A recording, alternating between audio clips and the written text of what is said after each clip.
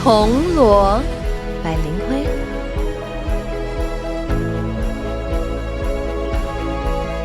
Guandao's peak stands in the northwest, scarred by fires where ruins speak. Miaoli's beauty 8 wonders shine, twin summits high as heaven. A poem by Lin Hui.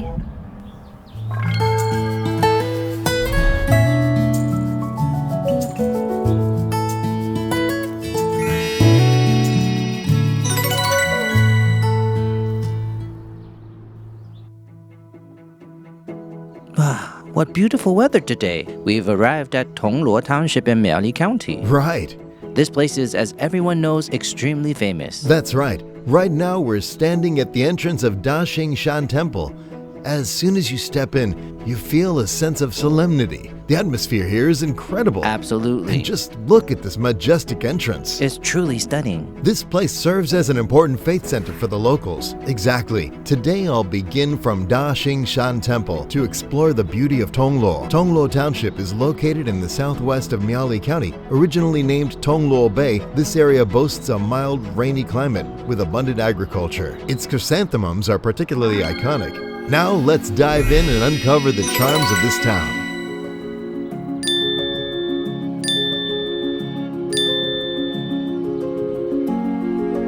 Absolutely stunning. Oh, it's so beautiful. Yang, have you heard of spring blossoms, autumn snow? Spring blossoms, autumn snow?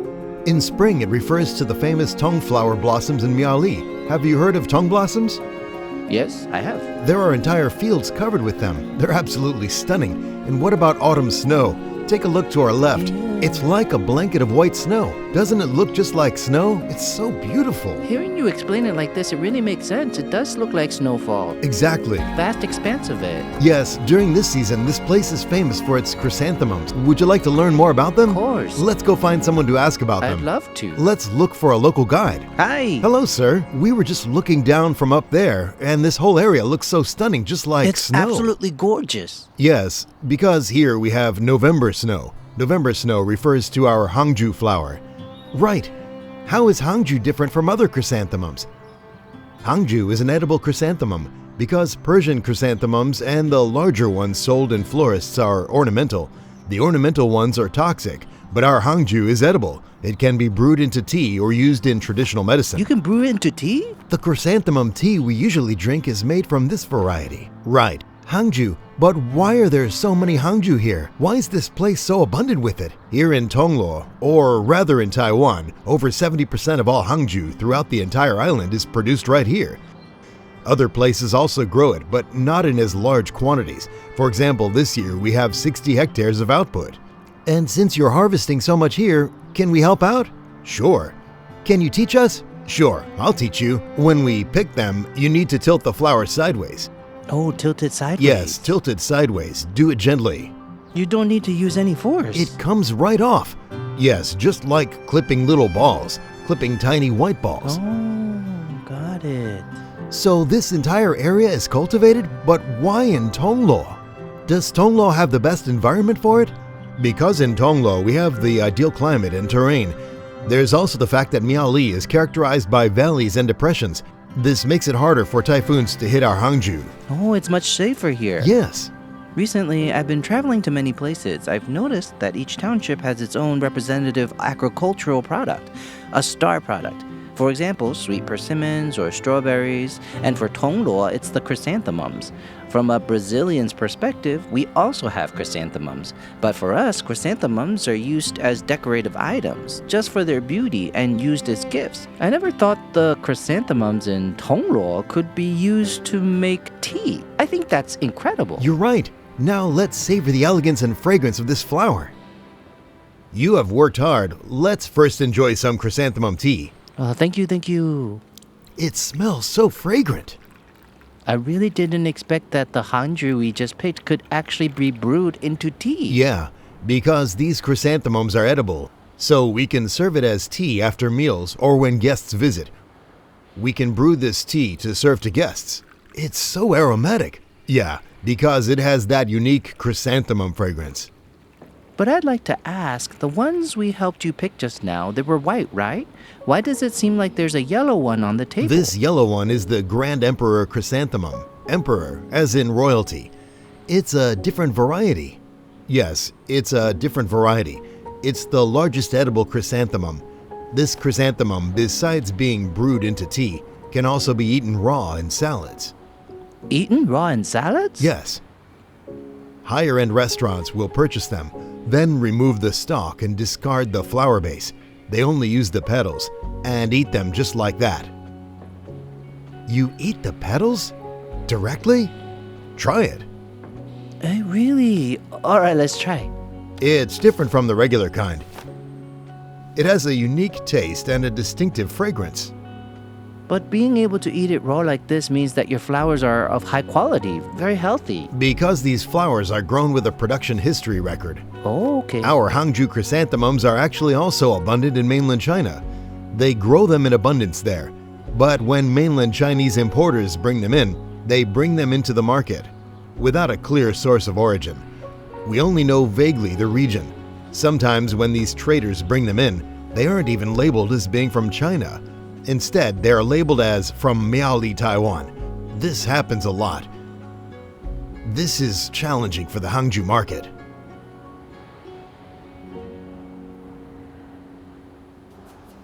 Farmers have it really tough. Look at our Hangzhou chrysanthemums. It takes 8 months to grow them.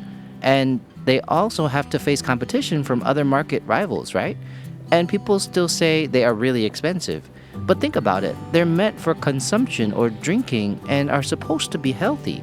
So I think that makes them priceless. I think Tongluo's chrysanthemums are doing exceptionally well. Taiwan's Hangzhou is amazing.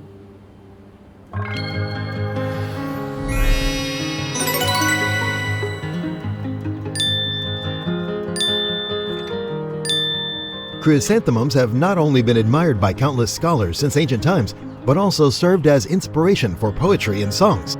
As early as Qu Yuan's Li Sao, there were records of chrysanthemums being consumed. In Japan, petals are even pickled into side dishes. Moreover, the chrysanthemum crest is the emblem of the Japanese royal family. In Tongluo, there are pastry chefs who fully make use of chrysanthemums. Next, let's see how Hangzhou chrysanthemums can be transformed into delightful flavors. I'm so happy right now because everyone knows I'm a total sweet tooth. I love desserts. Earlier, we were over there looking at Hangzhou and chrysanthemums, right? Yes. And we knew it was likely related to food and chrysanthemums, but I didn't expect it to be desserts. Hello. Hello, ma'am. Hello? Did you create all of these yourself? Yes, all of these are handmade desserts I made myself. We incorporate local elements like the Hangzhou you mentioned earlier and added it into our desserts. Today, the desserts we have on the table include Earl Grey tea pudding, Hangzhou Earl Grey tea pudding, Earl Grey pound cake, and Hangzhou ice cream. Speaking of ice cream, hurry and take a bite. It's melting. You go first. Come on, let's eat together. Let's cut off a piece first. If you hadn't mentioned it, people might think these flowers are just decorations and not realize they're actually an edible part of the dish, right? Wow, this ice cream. I can taste the Hangzhou flowers in them, the floral taste and fragrance. It feels like as I bite into it and it's spreading into my mouth. Yeah. Well, because Hangzhou's aroma starts off mild, but for the aftertaste, there's a rich, fragrant Hangzhou flavor, a strong Hangzhou taste. Right. Now that we've had the ice cream, what would you recommend we try next? Which one should we start with? Start by taking a sip of coffee. Right, I didn't expect that coffee could also have Hangzhou in it. I'm a coffee connoisseur. Are you sure this is good? Let's taste it first. Smell the Hangzhou aroma. It really is fragrant.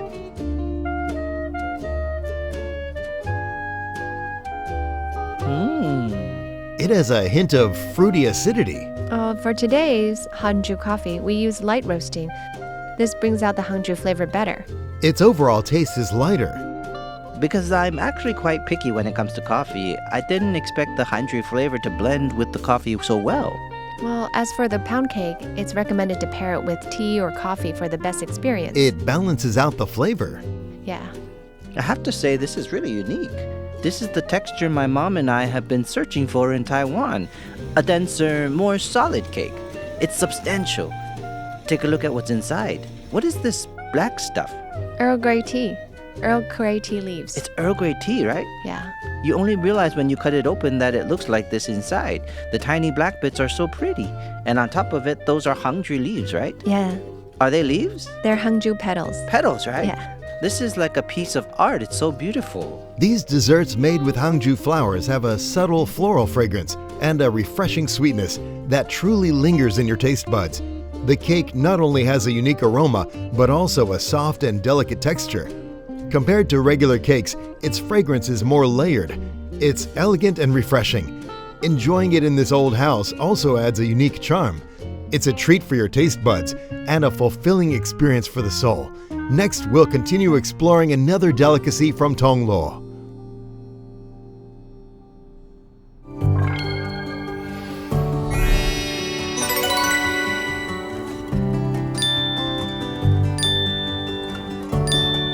To grow good taro, you need to understand the characteristics of the land, and you have to work according to the weather. Betel nut taro is grown all over Taiwan, but its texture varies based on geography, climate, and other factors. So there are differences. Tong Luo benefits from irrigation by the Holong River, which is rich in lime content, and its soil retains water well. These are key factors for producing high-quality taro. Boss! Good morning, boss. Good morning. We're here to help. We're ready to harvest taro. No problem. So early and you're already at it chopping things here and there. Yeah, chopping away. Yeah, chop, chop, Chopping all around. The sun is blazing. Can you hear the sound of the blade? Yes. We just grab the top. And pull it straight out like this? Right. Pulling it out just like that? So aggressive. Not at all. At this point, it's already mature enough. It's very easy to pull out. So how do we cut it next? We'll clean it up like this.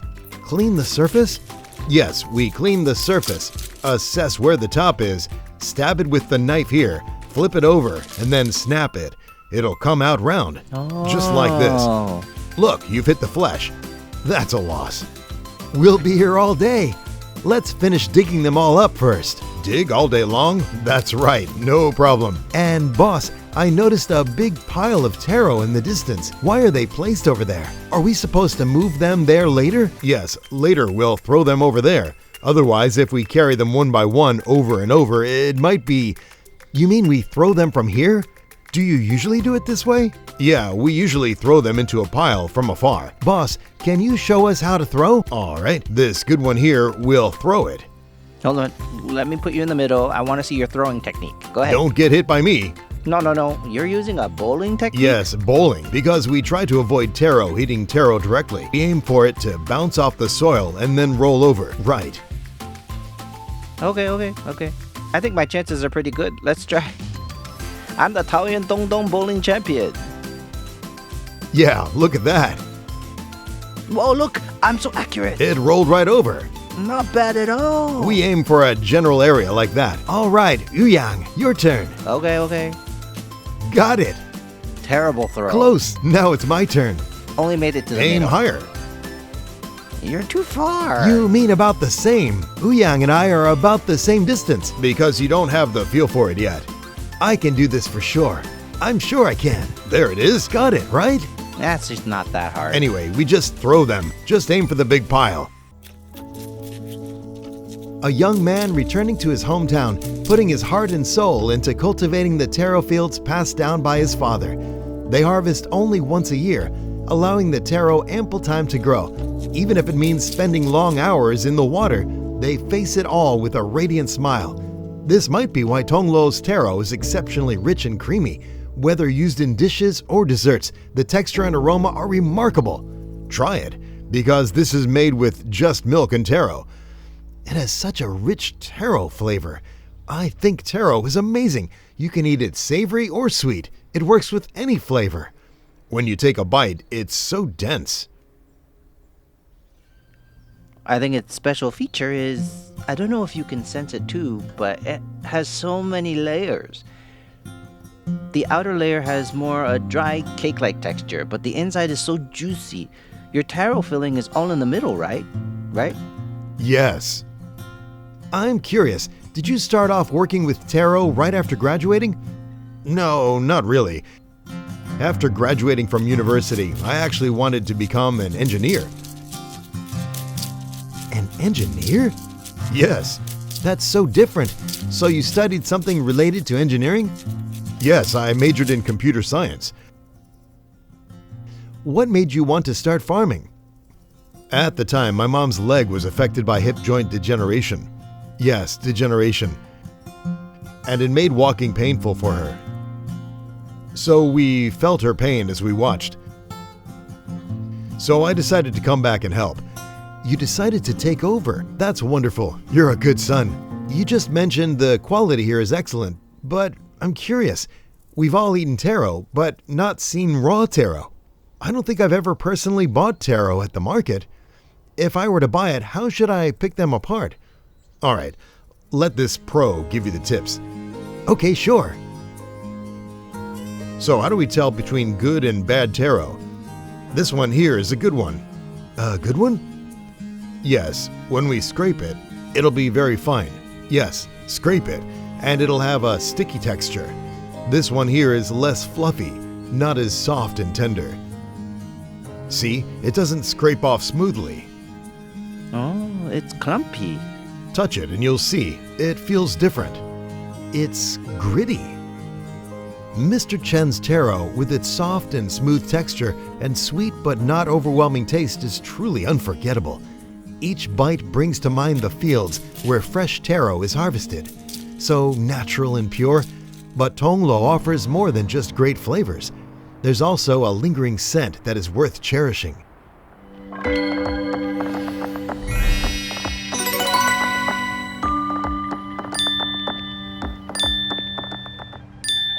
It is said that craftsmanship isn't completed at the moment the object is finished, but when it becomes one with its user.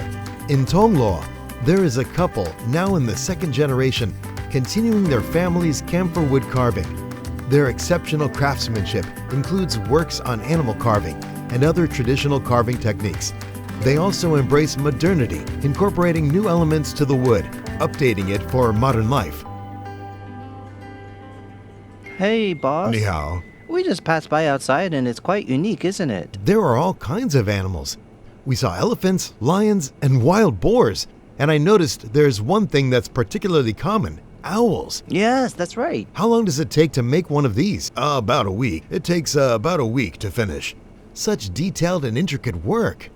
It's really not easy. You said it takes about a week? That's because you've gone through how many years of training to be able to finish it in about a week? Because if it were me and Will, we might not finish it even in 2 years. A woodcarver apprenticing would need 3 years to learn. I learned from my father. You learned from your father. So do you still have any of your father's works here on site? Yes, we do. Oh, which kind? Mainly mythical creatures. This is my father's work. Pick it up and shake it. Can we play with it? It makes a sound inside.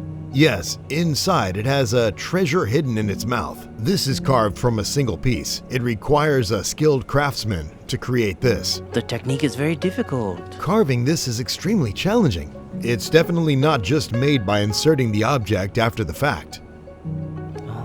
Also, I noticed that behind us here, there are so many walking sticks, right? They're all so unique. Look at this one. They get longer and longer. There's a design on top. It's a dragon, right? And boss, why is it that the shape and appearance of each one are all different? That's because it's made from natural materials. Yes, this part here comes from the root of the tree. It's from the root of the tree. Hey, really, look, each one is slightly different. It's from the roots. And the roots of each plant grow differently. They're all unique. You can really feel it when you hold it. Don't you think so? Yeah, look. You look like a wizard from a movie. So you said we can try this out? Can we experience making something like this? This is too advanced. It's too difficult, right? It's too advanced. But for an experience, we'd try something that's easy to get started with. Yes. Many people probably like wooden items, but wood carving seems very challenging. But today, we're going to personally try it out and take a wooden object home. Teacher, so what are we making today? What are we going to make? What is U.AMAZING going to start with? We're making textured wooden trays, carving textured wooden trays. It's scooped out. Actually, if I want to put a cup of coffee here, I can, right? A coffee cup? Yes, you can. Teacher, what is this for? This is a pot for succulents. It's paired with a wooden base. Yes, it's usually paired with planters like these. This smells so nice. You can smell the camphor wood scent. Unlike ceramic or plastic pots, mine has a more natural feel with the grain of the wood on top. It's really different. I see two tools in front of me. Which one should I start with? Let's start with the round knife. Begin by working on the grain of the wood. Start carving that first. So first, we use the round knife to create the texture. When holding the knife like this. Well, let me do it with you. Hold it like chopsticks. Yes, grip it with the web of your thumb, like holding chopsticks or a pen. Like holding a pen. When applying pressure, use the web of your thumb. Use the web of your thumb and your index finger. Let me demonstrate. Like this. Lift it open. Why does it look so easy? Like sharpening a pencil. It looks simple. Yeah, but it's probably not. I'll probably mess it up later. The most important thing is safety. I need to remind you, don't place your hand in front of the knife. When working, keep your hand behind the knife. Keep it behind for support. Work like this. All right, give it a try. Okay. I've already spent almost an hour and a half on this. I'm not kidding, and my fingers here are already blistered. But for me, this is a pretty great process because for me, every beautiful result comes at the cost of a tough process. Even though I can't compare it to the teacher who makes it so beautifully because his front region is all perfectly round and beautiful, but mine is full of holes and imperfections, the wood still looks like it needs a lot of work. But at least I have made this into something that holds a lot of round shapes. In the end, it's still my creation, so I'm still very happy. Now we have the succulent planter. Natural wood has good breathability and water retention. That's why I choose to use camphor wood or natural wood to make succulent planters, flower pots, or containers. This is great for kids. Kids can have fun with this. Yes, just like this. Now let's start by removing the pot. Okay. To remove the pot, first press down on the pot to loosen it. Loosen the soil. Okay? Loosen the soil. Okay, after loosening the soil, take tweezers and insert them directly at the root. Then you can lift it out. Yes, that's it. Handmade woodworking DIY truly gives you a uniquely satisfying feeling, especially when you see the final product and know that it was made by your own hands, piece by piece, with every tap and effort. This sense of accomplishment is unparalleled. The texture and scent of the wood itself also bring relaxation and peace. It can truly be considered a work of fond memories. Speaking of fond memories, when you visit Tongluo, you must see this upcoming traditional craft. It's guaranteed to fill you with more memories.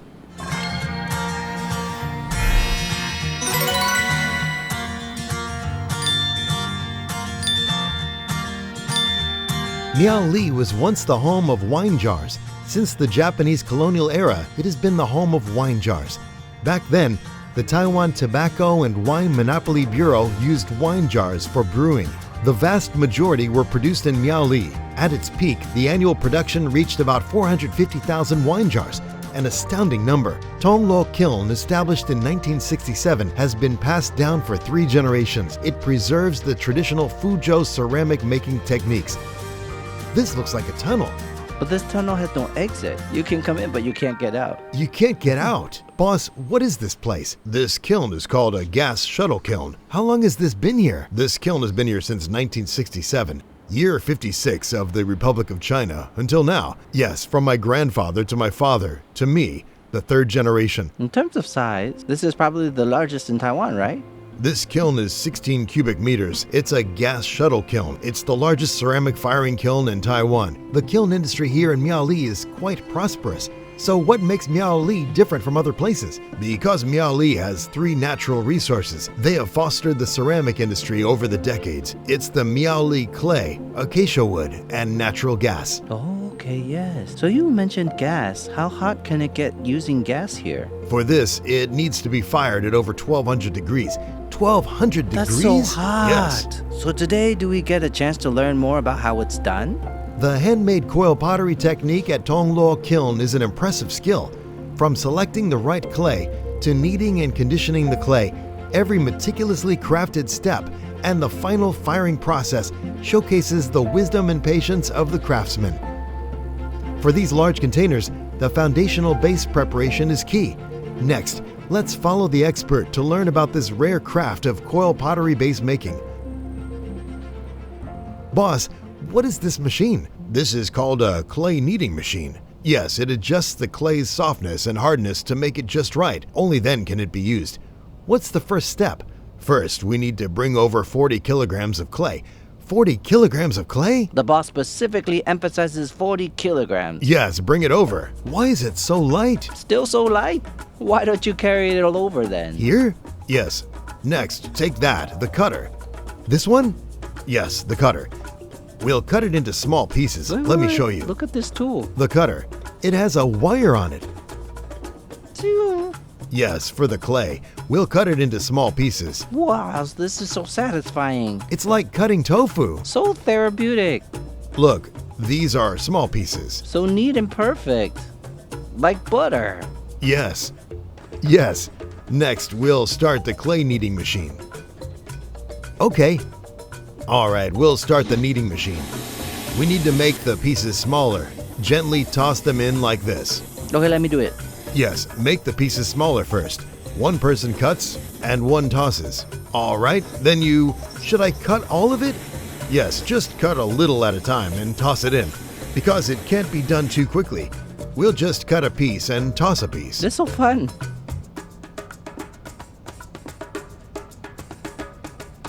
So teacher, what are we doing now? This is the clay we've worked. Now we're going to hand knead it. We need the clay because later we're going to create the base for the coil pottery. Yes, today's task is to work it into small pieces of clay.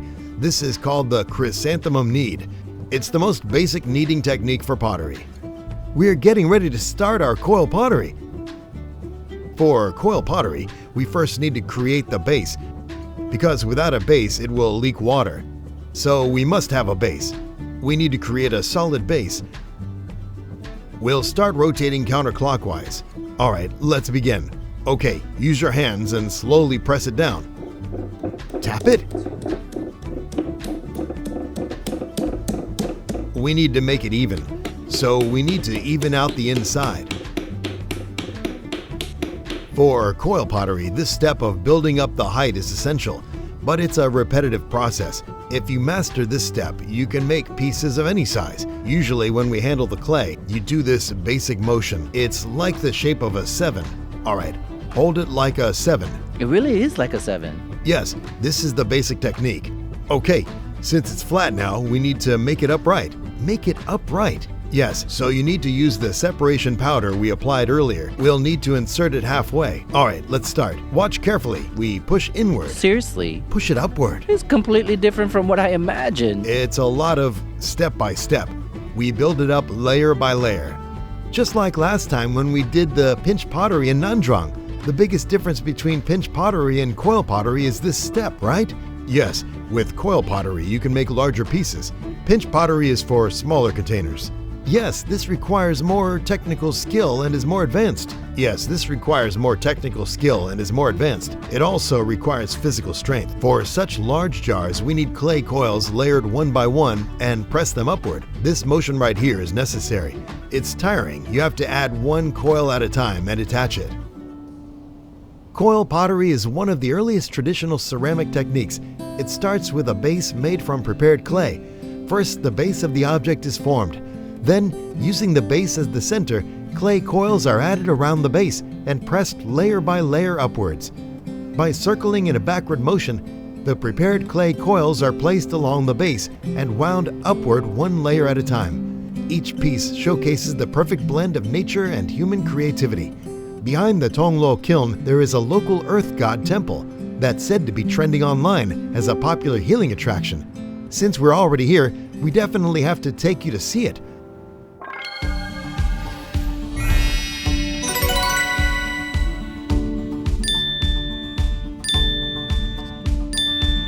Located behind the Tong Luo Kiln, the Totoro Earth God Temple is one of the most popular hidden photo op spots in Tongluo. Originally named Tianxin Bogong, this small earth god temple was built in 1820, making it 200 years old. This place is beautiful. It's surrounded by golden rice fields. Boss, where have you brought us? Where is this? This place, here. It has a shape. Is this a cat? It has ears. Yes, these are the ears. From an aerial view, it looks like Totoro from the Miyazaki movie. So what is this? Is it an art piece? It's the Hakka Earth God. The Earth God? Where? For Hakka people, the Earth God. There is incense inside. The Earth God is the stone tablet. So there's no deity statue? No statue. Hakka Earth Gods rarely have statues. It's mostly symbolized by a stone tablet. Why is it called Bogong? Bogong is what Hakka people respectfully call the Earth God. Bogong. Bogong means someone like an elder brother of a grandfather. He watches over us. Yes, and this Bogong has been here for 200 years. 200 years? Yes, 200 years. That's a long time. Yes. Standing before the Totoro Earth God Temple, we learned about the Hakka Earth God. Besides the Earth God, the vibrant fields ahead and the boundless azure sky above make for a fleeting yet unforgettable moment. When visiting Tongluo, there's another place tied to the Hakka people with a rich history and story to tell that I highly recommend exploring.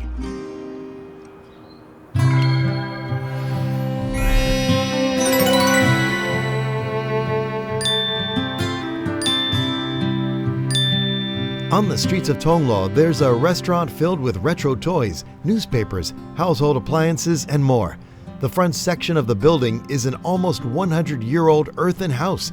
Don't underestimate this old house. The owner has collected over 80,000 pieces of Hakka artifacts. It also serves authentic Hakka cuisine. Not only can you enjoy delicious food, but the array of collections also makes it a great place for a time travel experience. Walking in here, you see pots, pans, newspapers, and all sorts of things from the past. As soon as you step in, it feels like... You've gone back in time, like a time machine. Yes, let's first welcome the owner. Hello, boss.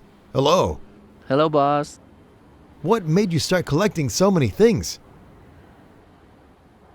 I've been collecting for 40 years. That's a long time. Can I ask how old you are now? 72. So you've been collecting for more than half of your life. That's impressive. How many items are here? This is just 1% of my collection. 1%? Oh, I see, just 1%. Where's the rest? I bought another building for them. It's 4 stories tall with a basement. This is just the museum for my collection. That's incredible. Do you have any hidden treasures? I'll take you to see them. All right.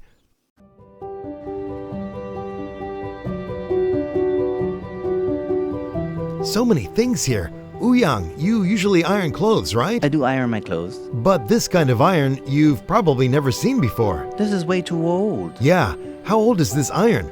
It's over 100 years old. Over 100 years? Yes, it was imported from England. And you'd iron clothes and work out at the same time because it's so heavy. It works like this. You press it and it opens up. So how does it heat up? Inside you place red-hot charcoal. Wow. Put in the charcoal. Wow. Put it in, close the lid, and lock it. When you iron clothes, you need to spray some water on them before ironing, or else they'll burn. Oh, they'll burn, right? This is my first time seeing this. So cool. It's cool, at least that's something we can recognize. The rest, I don't recognize. This is... I can't figure it out. Take your time and think about it. It's like a puzzle toy, right? Oh, yeah. When it's inside, it has numbers. What is this? It has Chinese characters on it. It can be opened like this. It says stop. Take a guess. Guess what this was used for? Stop? Does it mean you can't stop? This looks like Arabic numerals, right? If I had to guess, it might be something hung on a restroom door to indicate if it's occupied or not. Occupied or vacant? No, but that's possible. I think that's a good guess, but that's not its purpose. So what is it? It's an old bicycle license plate. Bicycle? Yes, in the past, when you bought a bicycle, you not only needed a license, but you needed a registration and a license plate. I see it now. These are numbers, right? Like 10 something W010? I can't read it. I don't get it. You grew up in Taiwan. You read it. Each of these designs are unique. Other plates wouldn't fit here perfectly. The numbers wouldn't align. The point is, when you ride your bike out, you need to put this up when you park. If the bike is stolen, the police will see it's missing this plate. So it's a key, kind of. An anti-theft device. Yes, an anti-theft device. It's like your vehicle's identification. Yes, your ID. This is so cool. And it even says U.AMAZING on the back. That's really amazing. Ouyang, do you have any places you'd like to visit next? I'm already here, absorbing the historical atmosphere. So I'd like to maybe Google something here in Tongluo. It seems there's a place related to culture. Maybe a cultural center or something like that. I want to continue the atmosphere here and keep it going. I can make it a seamless experience. All right, I found a tomato place. My family loves tomatoes. I'd like to go there. Then let's split up later and explore separately. Separately? Yes. Okay, sounds good. Okay, let's go experience on our own. Good luck. While touching these ancient items and listening to the elder share untold stories behind them and bits of Hakka life from a century ago, it feels like a journey through time. It allows us to deeply appreciate the unique charm of Tongluo. And I've heard that Tongluo has a kind of juicy delicacy. What could it be?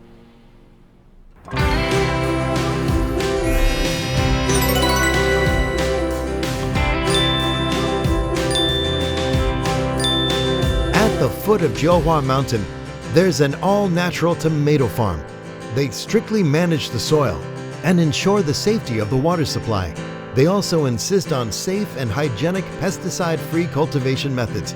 To help the tomatoes grow better, they even invested in a high-tech greenhouse that strictly controls growth conditions to produce delicious and sweet cherry tomatoes. When visiting Tongluo, I recommend a place that reminds me of a familiar childhood flavor. Whether it's Thai spicy sour soup, Thai glass noodle dishes, or other dishes, we always added this ingredient, cherry tomatoes. I'm here to try Tongluo's tomatoes and see what makes them different. Hello, Brother Neo. Good morning. I'd like to ask the first question. What variety of tomatoes are grown here? Cherry tomatoes of the Unu maiden variety. How is it different from others? On the market, most tomatoes have thick skins. The Shengnu Saintis cherry tomatoes. They're easier to grow and can be grown outdoors. This variety with thick skins can be grown indoors. Yes, it's more delicate. So how do we harvest them? When do you normally harvest? You check if they're ripe. If the tomato is red, it can be picked. The redder the better. For example, it takes about a week for a green one to turn red. Then it's ready to be picked. A week? Yes, and it takes about 3 days for it to turn from orange to red. Do you need any tools? No tools are needed. You can use your hands. It's actually very easy. There's a joint at the top. You bend it upwards and it comes off easily. This is what we see on the market, cherry tomatoes with stems. And I noticed there are tiny hairs on them. That's a sign of freshness. A sign of freshness? Usually people think the stem indicates freshness, but actually during harvesting, the hairs are the real sign of freshness. However, those hairs fall off after 2 or 3 days, so relying on the stem is also a good way to determine freshness. And I'm curious, how do you grow tomatoes like this? What made you decide to build this greenhouse?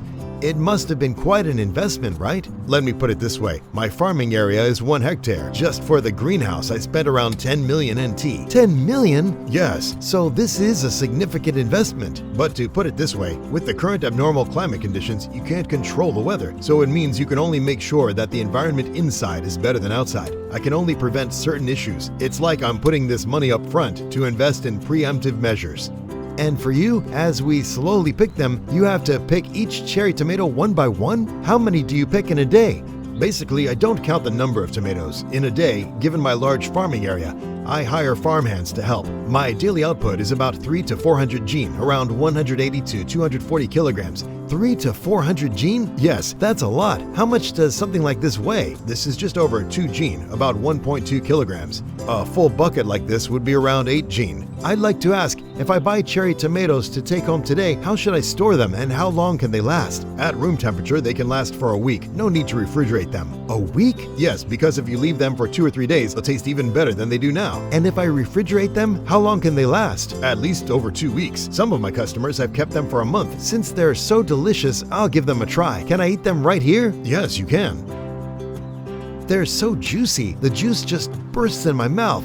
And the balance of sour and sweet is perfect. It's not too sour, and the sweetness is just right.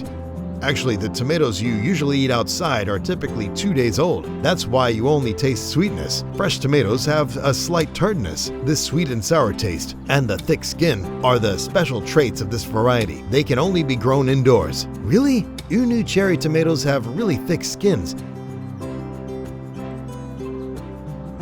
Their sweet and tangy, juicy taste instantly explodes in your mouth. They are simply irresistible.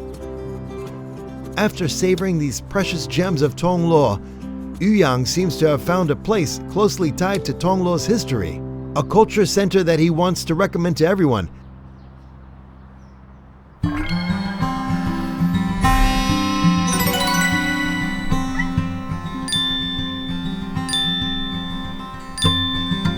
The Tongluo 1895 Cultural Center. Originally, it was Tongluo train station's disused warehouse facing demolition.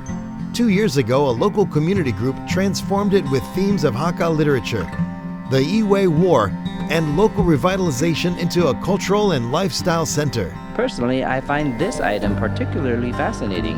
I'm not quite sure what's special about this seal, because it seems to be very precious, right? This seal, this one here, is the national seal of the Republic of Formosa. The national seal. Yes, in 1895, when Taiwan was ceded to Japan. At that time, a man named Zhang Zhidong established the Republic of Formosa. Right, this seal here is... A replica of the original one from that time. It's a reproduction. Oh, reproduction. Yes, a reproduction. Currently in Taiwan, there's only one seal carved from Shoshan stone. And it's here. And when you stamp it, it looks just like that. I understand.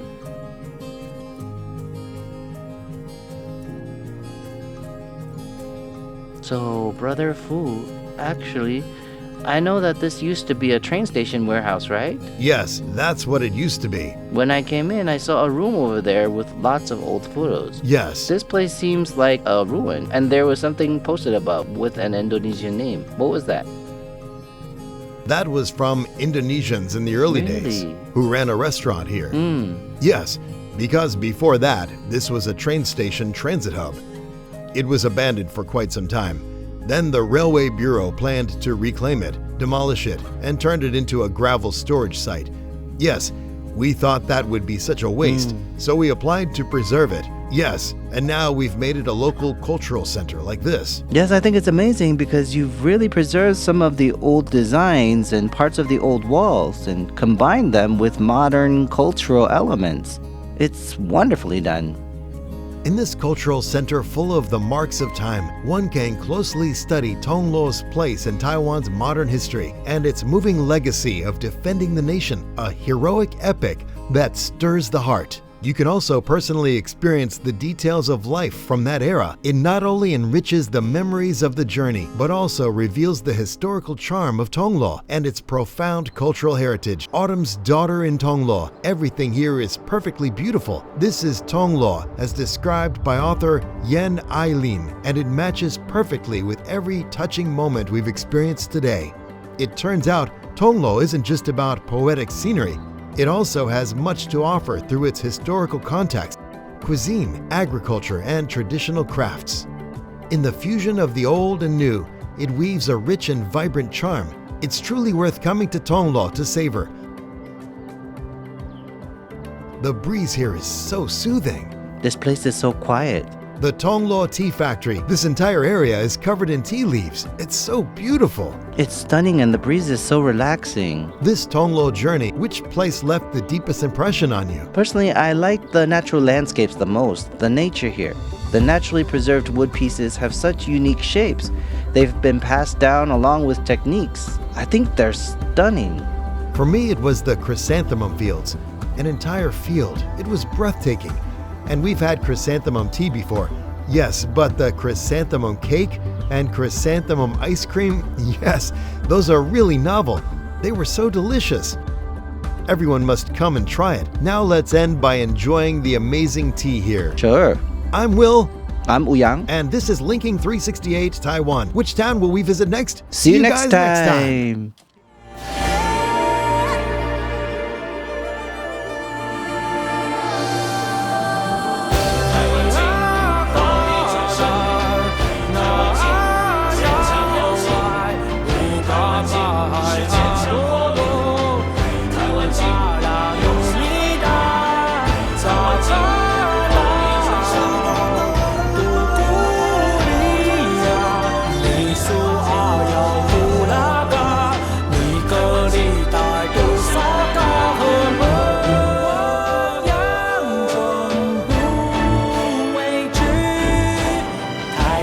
先进的未来，引领世界的光芒。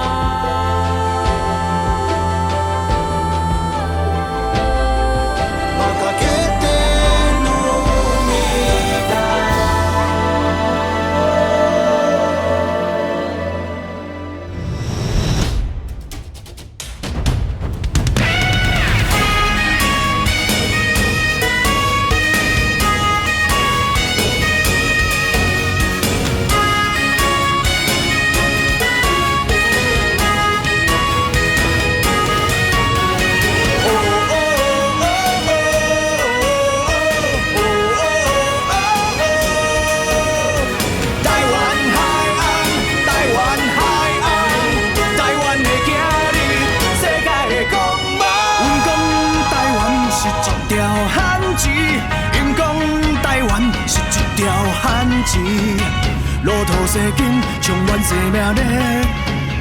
我的决心，让台延绵。过去、现在，和未来无限。台湾发展，全世界兴盛。勇敢热情，脚步不停。在汪洋中，要游向未来。华丽转身，华丽转身，咱做伙华丽转身。